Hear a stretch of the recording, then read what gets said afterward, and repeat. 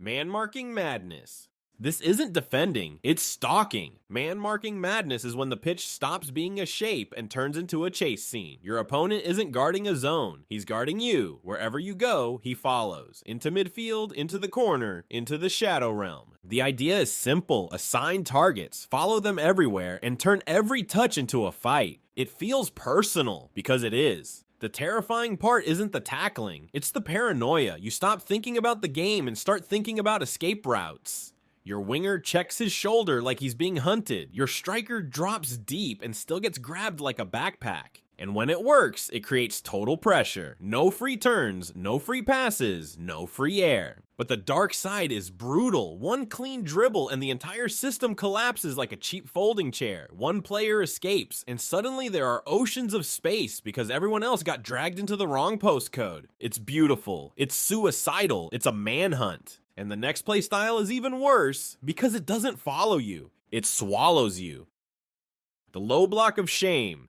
So this is football's horror movie basement. The low block is when a team drops so deep they basically defend inside their own penalty box for an entire half. They don't press you, they don't chase you, they just stand there, waiting. The idea is simple: deny space, protect the center, and let the opponent die of frustration. It looks passive, but it's not. It's psychological warfare. You have the ball, you have possession, you have control, and none of it matters. Every passing lane is clogged, every shot is blocked, every cross lands on a forehead. You start recycling the ball like you're paying rent on it. And then the moment you overcommit, one bad touch, one sloppy pass, one fullback too high, boom. Counterattack, knife strike, goal. The low block doesn't beat you with skill, it beats you with patience. It turns your confidence into panic. The dark side? If you concede first, you're finished. Now you actually have to attack, and your team has been emotionally living in a bunker for 70 minutes. It's ugly, it's cruel, it wins anyway. And if you thought that was suffocating, wait until you meet the playstyle that doesn't sit back. It comes to your house.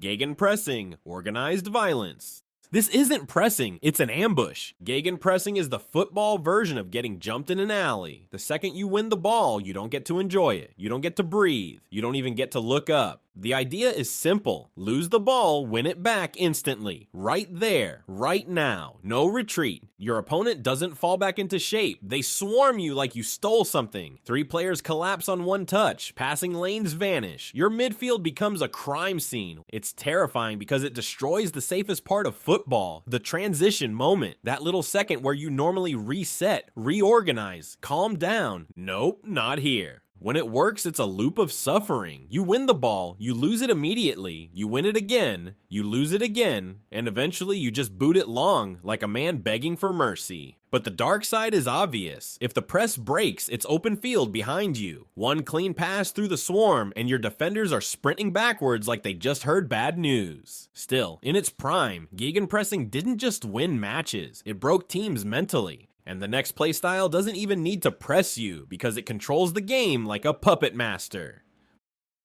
Possession prison.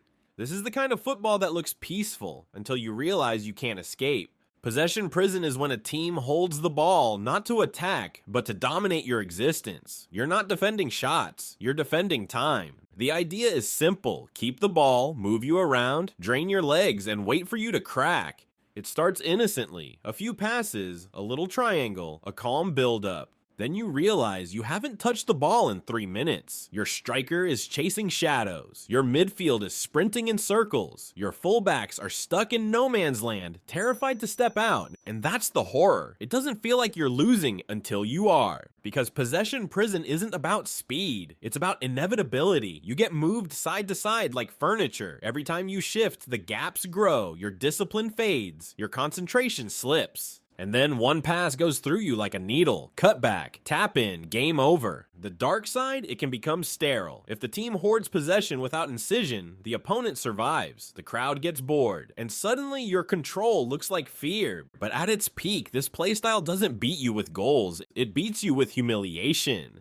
And now we're leaving the calm horror behind because the next one is pure chaos with a heartbeat. All gas, no brakes.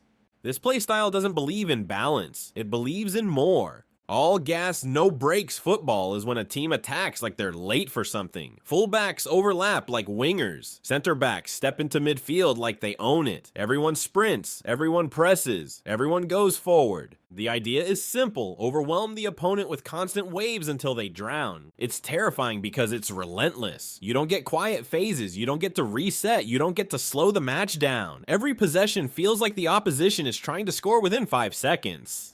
When it works, it's a storm. The opponent coughs up the ball under pressure, gets pinned in their box, and concedes goals that feel inevitable. But when it fails like a comedy sketch. One long ball and your entire defense is gone. One through pass and your keeper is exposed. Suddenly the game looks like a track meet and your defenders are losing. It's brave, it's stupid, it's addictive. And the next play style is terrifying for the opposite reason, because it doesn't sprint, it waits. Counterattack terrorism. This is football played like a trap. Counterattack terrorism is when a team refuses to play the game you want. They don't want possession, they don't want territory, they want one thing: you making a mistake while you're overconfident. The idea is simple: sit compact, bait pressure, then explode forward into space. And it's terrifying because it feels unfair. You dominate the ball, you push higher, you commit more bodies, and you think you're in control. Then one interception happens and suddenly 3 attackers are sprinting into acres of space like they've been released from a cage. It's not a counterattack, it's a jailbreak. 2 passes and they're through. 1 diagonal and your fullback is crying. 1 cutback and your center back is turning like a truck. The dark side: if you can't absorb pressure, you get crushed. If your counters aren't sharp, you just spend 90 minutes suffering for nothing. But when it hits, it's the most demoralizing way to concede, because you didn't just get outplayed, you got baited. And if that wasn't terrifying enough, the next one doesn't even counter. It hunts the ball like a predator. Highline Russian roulette. This playstyle is pure arrogance. The high line is when a team pushes their defense up near midfield, compressing the pitch until there's no room to breathe. It's brave, it's modern, it's also one bad bounce away from disaster. The idea is simple: squeeze space, catch attackers offside, and keep the opponent trapped. And when it works, it's suffocating. Your striker can't run in behind, your midfield has no time, every touch is under pressure because the pitch is basically cut in half. But the terror is in the risk, because if the timing is off by 1 second, 1 missed offside trap, 1 late step, 1 through ball, your defenders are suddenly sprinting backwards into open space like they've been abandoned. It becomes a 40-meter foot race, and most center backs were not built for that. The dark side is obvious: 1 fast attacker, 1 smart passer, and your entire system becomes a highlight reel for the other team. It's control with a loaded gun. And now for the playstyle that doesn't just compress space, it reprograms it. Half-space suffocation.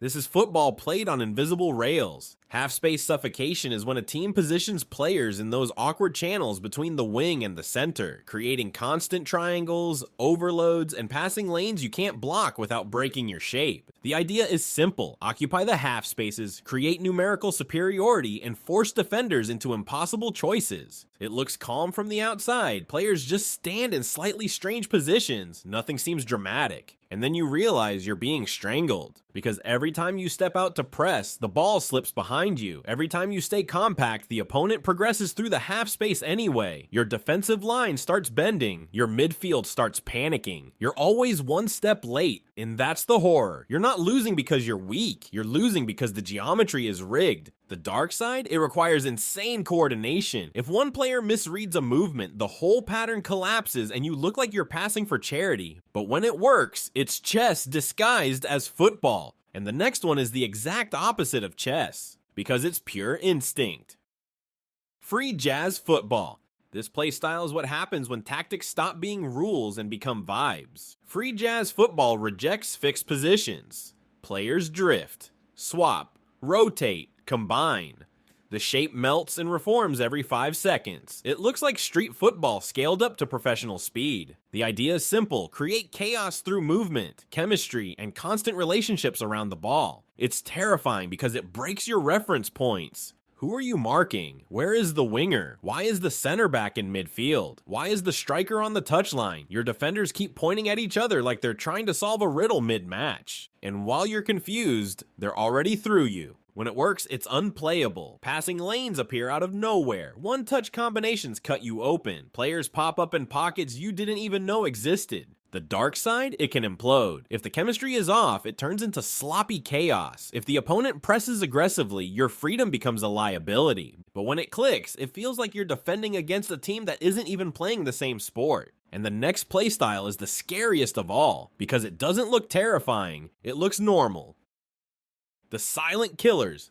The silent killers aren't loud. They don't press like maniacs. They don't park the bus for memes. They just do everything correctly, and you slowly disappear. This playstyle is pure structure, compact distances, clean spacing, controlled aggression, and constant small advantages. No chaos, no drama, just efficiency. The idea is simple: win the match in 100 tiny moments. A better body position, a smarter angle, a safer pass, a quicker second ball, a foul at the perfect time, a run that drags your defender away by 2 meters. You don't notice it at first. You think the game is even. Then you look up and you've created nothing. Your best player has been smothered, your midfield has been outnumbered, your attacks die before they begin, and then they score. Not with a miracle, with a routine move you couldn't stop because it was built 5 minutes earlier. The dark side, it's not always entertaining. Sometimes it's clinical to the point of boredom. But if you're on the wrong side of it, it's the most terrifying feeling in football. Because you weren't destroyed in one moment. You were deleted quietly. Football doesn't just have scary players, it has scary ideas. And the worst part, every terrifying playstyle on this list is still out there, waiting for the next team to perfect it.